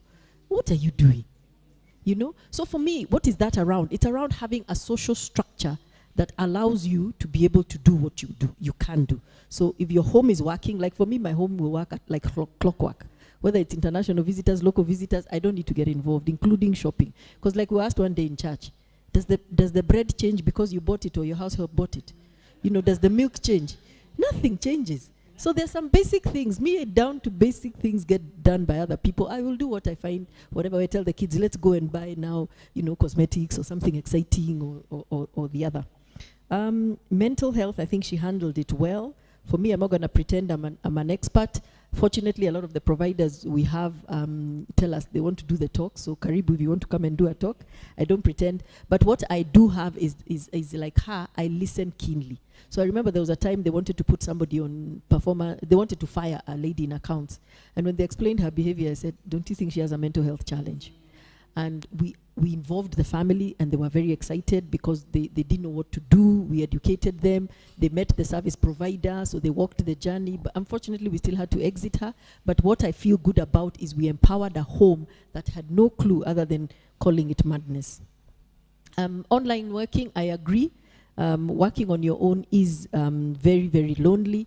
But find a community. I think you're already on the right path. Find a community, an association of something. You see, Mary has grown. Okay, let me use myself. I have grown because I joined an association of people who do what I do, which is manufacturing. And that's why when I see anybody out there, join an association. Join an association so that we can also attack the finances when we need those mortgages. Yeah? I know she'll tell you it's about cash flows. So I think I've answered the questions. Thank you so much. Let me start by speaking to an issue that was raised. Do we finance second-hand goods, machinery? Yes, we do. We don't only finance. What we establish is the lifeline of this machinery, because many a times you go and buy second-hand things. 1 year it was dumped into your institution. So that's what we do to verify that you will have this machinery for the next number of years to assist you. We do finance. The only difference will be your individual contribution will be higher compared to when you are buying a new machinery because of the lifeline of that machinery. Jennifer, thank you so much, and you are spot on. Yes, we do have 250 billion Kenya shilling. Yes, for women-led and made businesses. And it's across the branch network. How much have we dispersed as at now? We've dispersed 90 billion Kenya shillings as at now. We have already women-led made businesses, customer base of 534,000. Are we able to find... yeah, thank you. Are we able to give you 1 billion, Jennifer? Yes, it's just based on your cash flow. Remember, girls, the purpose of banking is to enable your business. Your business must be in a position to repay the debts, because you are not in business of selling your businesses. Yes. Mental, it's very important that we go into the detail of it and ask ourselves. Many a times our staff require support at a given place. Why do I say this? Imagine you are a new mother, and after 3 months plus you leave 4 months, if you are working in corporate, you go back to work. You have this guilt conscious. By the way, as women, we know ourselves that now you're living this toddler, what, you know. So as an employer, we give you flexi hours. We have built a nest for you that the child can be brought and you breastfeed. You know, it is the intervention that we give so that the pressure is eased. More and above that, we do invite expert to come and speak to our team.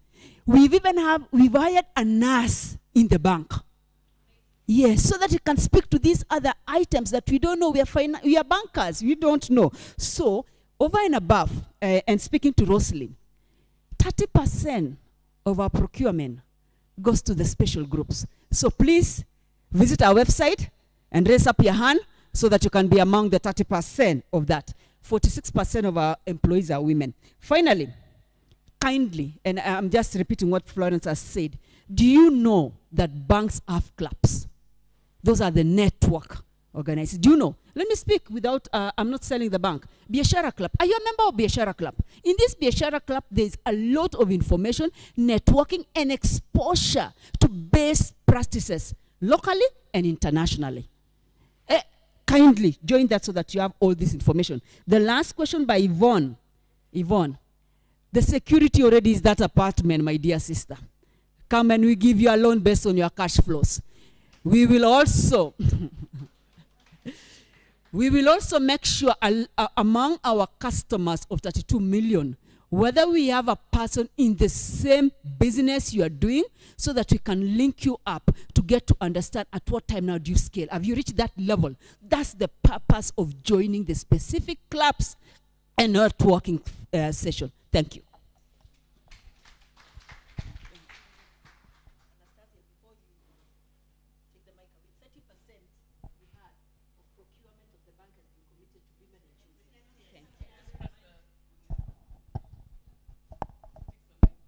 Yes. 30% of procurement of the bank is being given to women. How much have women taken up of that 30%? In terms of the value of the bank, what we have learned, it's of the 30%, how much has women taken on that? It's 30, okay. In terms of the total percent of the bank procurement, which is 100, 30 has gone to women. Yes.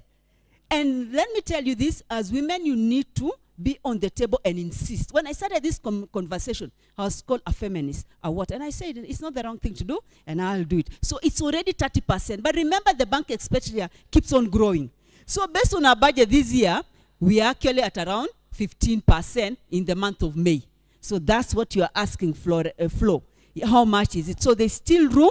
Visit our website and you'll be able to know the opportunities. And thank you for giving me the mic back. Finally, as employers, please do what you are best at. Financial management in terms of giving short-term loans, processing the transaction and everything. Leave it to expert. You cannot be the best everywhere. Thank you. My point is, it's very fortunate that KCB has managed to do the 30%. I was the chairperson of Anti-Counterfeit, a government agency. And again, through that AGPO, 30% has been given to women. Safaricom do that, a lot of businesses. Let me tell you, women don't even pick up 10%. The documents are too complicated. I don't know where to get them. Imagine they're not giving me. Imagine I don't know what. Have you shown up? Have you pushed? Have you stepped on the table? Have you screamed? You know, so now what's happening is some of the women who are in, and this is Safaricom, now, because I went and complained to them, for women, not that I'm a supplier, that they, now what they do is when they have an RFP, for whatever, they send to me, to send to the ones who are making noise, to come and show up. Why is that? We're not showing up, ladies. We need to go there and say, this thing is in Greek. Can you put it in my language? Can you whatever? Because there's so many opportunities. People want to help, but we are not showing up.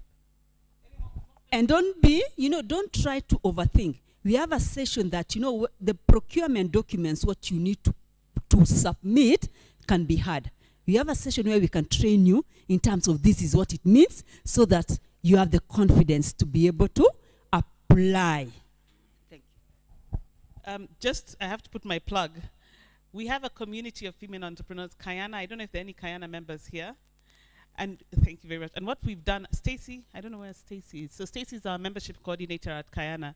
And because we understand what Flo has said, that those forms are complicated, We do group filling of forms. So that's one of the things that we actually help entrepreneurs. Yeah, you're laughing in the back. That thing is very helpful when you're filling forms together.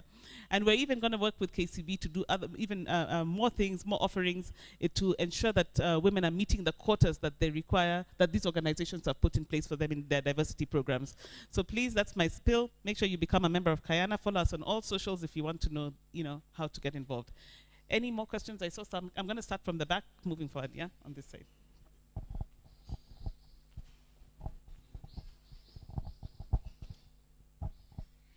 Good morning, ladies. My name is Phyllis Kiarie, a team leader at Crestmont Properties Limited. We are in real estate. We help our clients in commercial and residential property, acquiring, renting, managing, renovation, and all that. Now, my first question goes to Anastacia. Let me start with congratulations. You're making ladies look so good. And when you're saying such things, I really have seen you over the years rise. I believe we are getting somewhere. Now, I liked your question about introduction. I loved your speed when you're jumping to her and introduce herself, and the way you walked back. I would love you to comment, was it a good introduction? Does she need to improve on it? If she does, what does she need to do about it? So just to help going forward. Now, Flo, it's very nice to meet you finally. I'm shocked you're a member here. And my handicap and yours, we have to work on them together as we discuss more. Now, I wanted to hear two things for you. I wanted to hear, do we need to be members of KEPSA? Now that you're a chair lady there, and will we benefit? I heard you say that you're in real estate.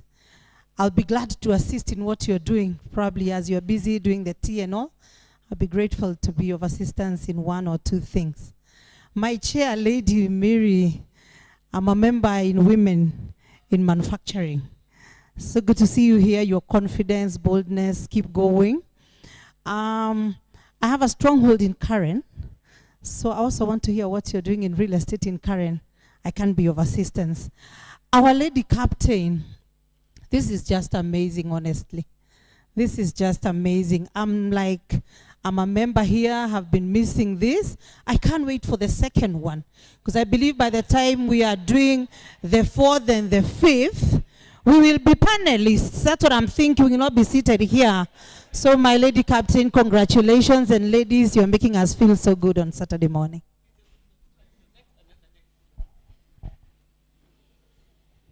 Good morning, everyone. My name is Joyce Wairimo. I'm the founder and CEO of Spot On Apparels. We manufacture apparels and basically uniforms for corporates, and we also do branding. I'm very privileged to be a mentee of the two ladies seated here. That is Flo and Mary, through the Melvin's mentorship.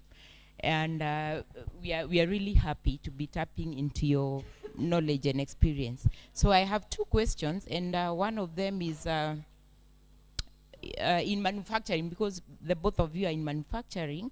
How have you managed the issue of employee turnover? I know that's a big challenge, especially for small businesses where you keep, like us, we have fundis who keep moving. You have this good fundi, and then after a short while he's gone. Now you have to train another one. A big challenge for us. And also product diversification. When do you know when to diversify, and how do you go about it? And those two questions, maybe you can shed some light on that. And Madam Kimtai, thank you very much for challenging us to be on the table and to negotiate terms, especially with the banks. Thank you very much.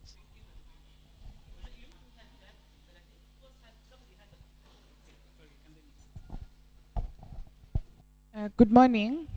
My name is Sharon Langat. I work for Bucket List Adventures as the brand ambassador. Now, my question is the imposter syndrome. Imposter syndrome, how do you fight it? And then number two, how do you find your niche? Because you might find yourself, personally, I might find myself, I'm good at maybe fashion, then I'm good at events. I don't know how to balance both.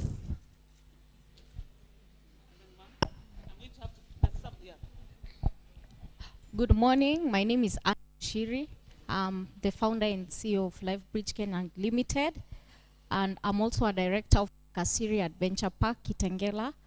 I'm privileged to have been mentored by Mary Ngechu and also Flora, because I'm also in manufacturing. I do manufacture of corporate uniform and all protective wear. My question to Mary first is, I'm trying to understand, is there a point in during your growing and also establishing of the many companies, especially in manufacturing, that you have a product that probably is still getting into the market, then you also have an opportunity to add a product? How do you balance? Do you first grow one, or you can still put the two together? My other question for the two is, do you work with the government?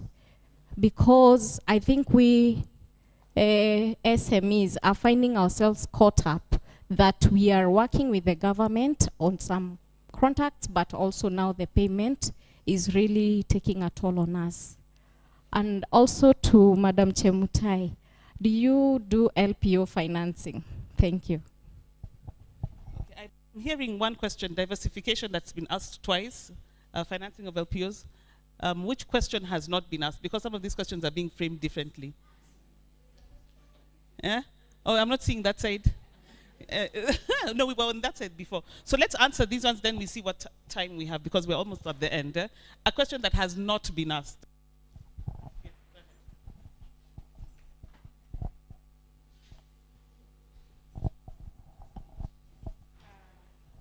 Thank you, ladies. You've asked about employee turnover.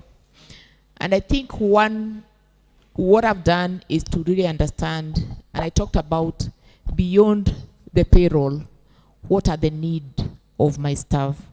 And you'll find they are simple, basic things, and if you are able to meet those beyond the payroll needs, then you're able to retain your staff more. Then there's training and the turnover. Imagine yourself as an employer. You have 20 staff who are not trained, and they don't move. They stay with you. You're not training them because you do not want to invest in them, lest you're going to invest in them and they will leave. You're going to have a bunch of people working for you. They don't have capacity. They cannot deliver. For the fear that you don't want to equip them, then they will go. My advice is, train them, equip them, keep training them and equipping them. When they go, they will be your advocates out there, and you'll also have achieved that you helped somebody else to grow and move. You treat them well, meet their needs, and they will stay. The imposter syndrome. I'll tell you, I will stand here and I tell you the things that I am doing big, but I still do have that imposter syndrome. But I'm conscious when it hits, I deal with it. And I remind myself that I'm capable of doing it. I surround myself with people who keep reminding me. If you remember what Anastacia said, sometimes when you are with people, be with people who can challenge you, people who can see what you are not seeing in yourself. My first business coach that I sat with, she told me, Mary, do you know you're not exploiting your potential? And I sat down and I asked myself, exactly what did she say? And I started trying to understand, what is that exploiting my potential and what is my potential? What are the gaps that I have? How do I equip myself so that I'm able to exploit my potential? So the imposter syndrome comes. The self-sabotage is another one that is big. We cannot run away from that. Anastacia talked about feeling guilty, but when you are conscious about that, you know when they hit and know where you go to feel in the energy that makes you get out of that cocoon of thinking that you're not good enough. When you have products, I keep saying it will take me the same time to market one product as it will take me to market 3. There are things that are standard and have to be done for each and every product. So sometimes it makes sense for you to have enough. Flo said that she could not get into her export market. She needed to take care of her basics, increase her variety so that she takes a bigger basket for export. So you need to look into, is it in development? Is it in route to market? Is it in financing to facilitate the production or the inputs of the products? Then you look into a product. But if it is route to market, it makes economical sense when you have a wider range of products to get to the market at the same time than when you're working with one product. I hope I've been able to at least try to answer. Working with the government, I have intentionally chosen not to work with the government. Not because working with the government is not right, but because the businesses I am doing right now speak to the industry. I used to do supplies and I worked with the government, and sometimes I know they can be they can demoralize your spirit when you think that you have done the best, and when you come to look for money, even those who were your friend, they behave like they don't know you, or they don't remember the conversation that you had when they were trying to support you. So it can kill your spirit. What we are saying at the KEPSA and the KEM is that we are trying to lobby and negotiate and see that those areas are put in. But what I will say, when you're working with the government, credibility should always move ahead of you. Let your credibility first sells you, and credibility for me is delivery of service. And when you are credible, when you walk in, sometimes even those who assume you, your credibility will make more noise than them ignoring you, but the opportunities are there. Let's take the opportunities that we can be able to take. Let's not overstep. Let's look into the risk, because if you oversupply and you don't have enough finances, that can also bring in your business down, and then you keep blaming working with the government and not being paid. Understand that that challenge is there, and you plan yourself and balance it. Thank you very much, Mary. Flo, do you want to say something? Anastacia will just answer the question on the presentation and the LPO financing, and we'll really need to stop, unfortunately, because we have a hard stop at 11:30. Thank you. Okay, I won't really repeat what she said. Being a member of KEPSA, like I said, join organizations, join associations, because this is where they're able to pull together resources that you will not be able to pull through. But also when you join, demand what you want. Go in there and say. Part of the reason I was chairperson of CAM and chairperson of KEPSA is because I made too much noise, and they said, Wewe, you come and sort these problems that you're giving us. So I think it's about joining associations and really trying to get the most you can. Staff turnover, I think she talked about it. Product diversification. I think you've talked. Yeah, I think you've covered most. Phyllis, your last question. Thank you so much. You did a good job. Remember in an introduction, your name, what you do, because in this particular time, you must be pitching or going to look for an opportunity. What you do. And then the impact of what you do.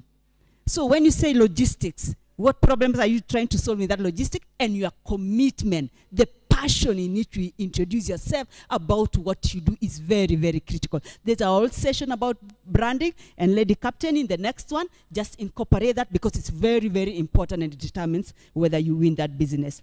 And then to Anne, do we offer LPO financing? Yes, we do. And we look at the supplier, and it's good you've talked about something, and I'll reduce my voice here. We look at the supplier and establish whether they are going to pay you soon, right? We all know that we're having liquidity challenges in our economy, right? There could be a very good LPO that you have, but you're going to be repaid, you're going to be paid in the next 2 years, and we know 3 years, because we've worked with all these entities, and you will see us giving you a decline in that area, because at the end of the day, the interest rate of the bank will have eaten all your margins. Thank you. Just a quick one. I've just thought about that. When Nakumat was going down, what did they do? Because they needed to keep their shelves going, they started now going to anybody. Anybody to supply them. Anybody to supply them. Did they pay them? No. So what she's saying about risk, it is so important for you to remain networked and find out and ask. Right now, you know the government is broke. Why would you want to be supplying them unless you hear there's a fund or something? So do your homework. There's really no excuse. And this is what we also do for you as associations.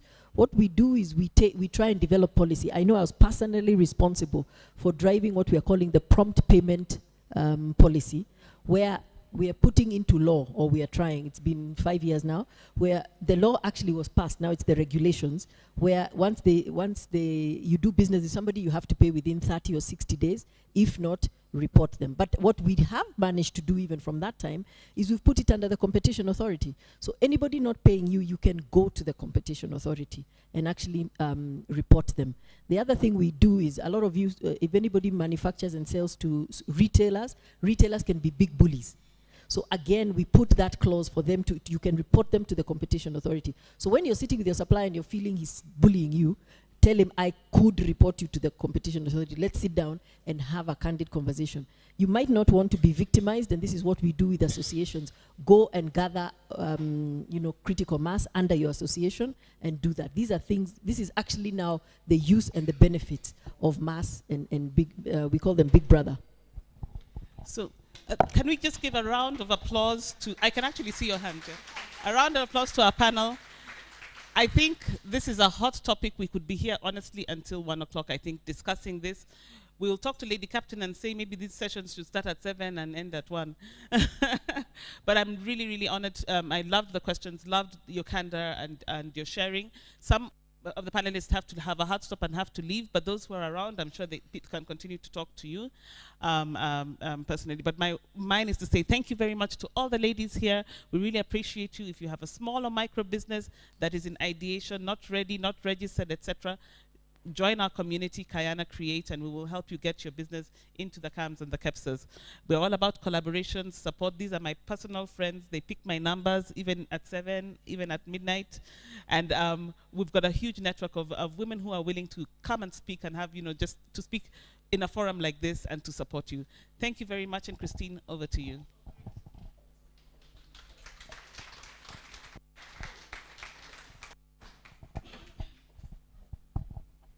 Ladies, let's give a hand of applause to all the panelists, our moderator. Thank you so much.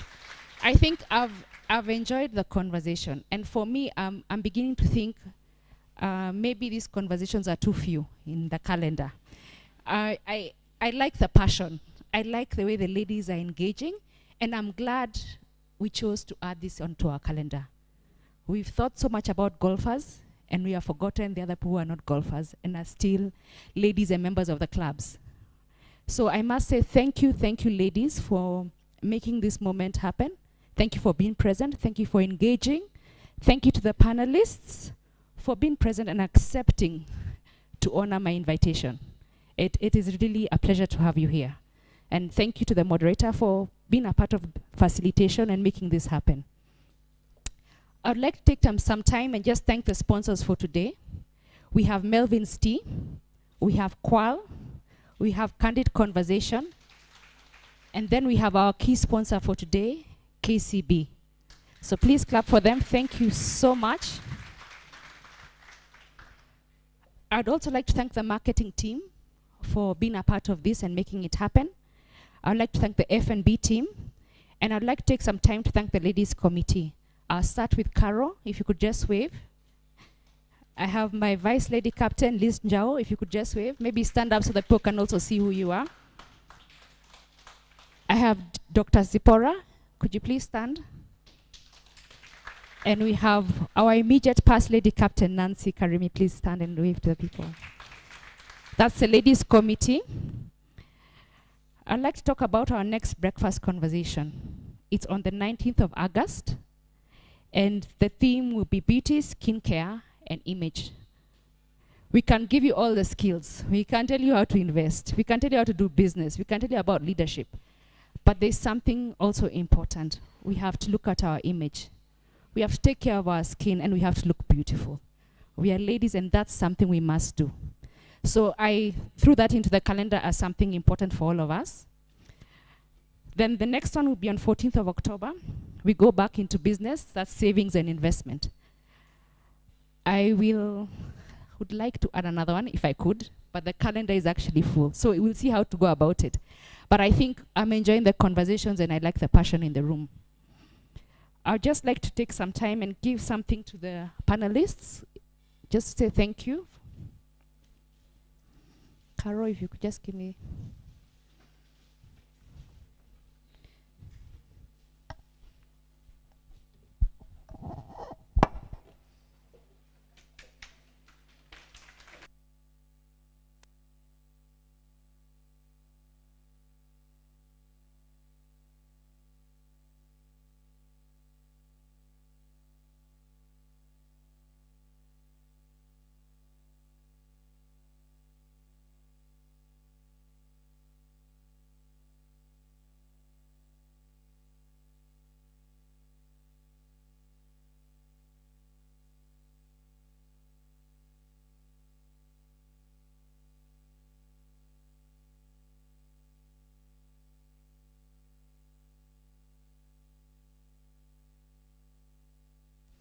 I forgot to mention Flora is a friend of mine who I tend to harass on and off when I want her to do for me something.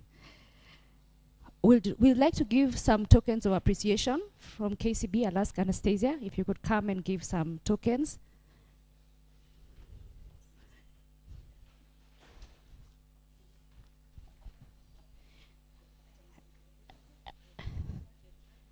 Okay, so let me receive.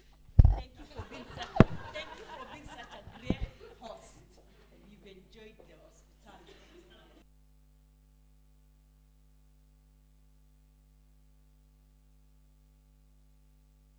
I think the next one is the moderators. Pat, we can start. Okay, let's start with Mary. Thank you so much, Mary. You know, many of us are desktop business. Excellent. Wow. You did an excellent, awesome job. Thank you so much. Yes. I think in exchange, Candid Conversations part would like to give something to. Yes. Okay. Flo, if you could come and receive from Anastacia. Thank you so much for being the wild card.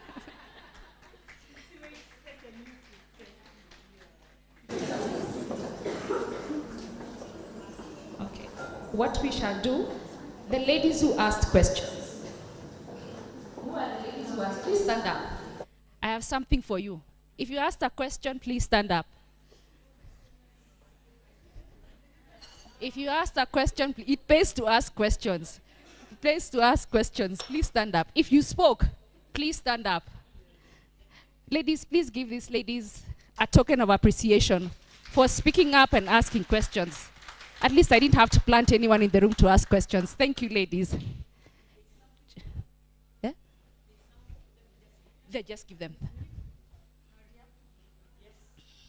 Just give them the bottles. Just all the ones who asked questions, who spoke, please receive.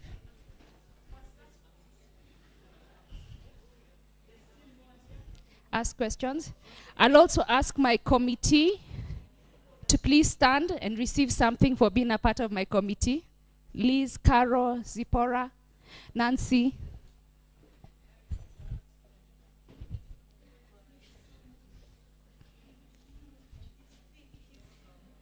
Liz, please stand up and receive something. Caro, Zipporah, please receive something. Liz is there. Yes.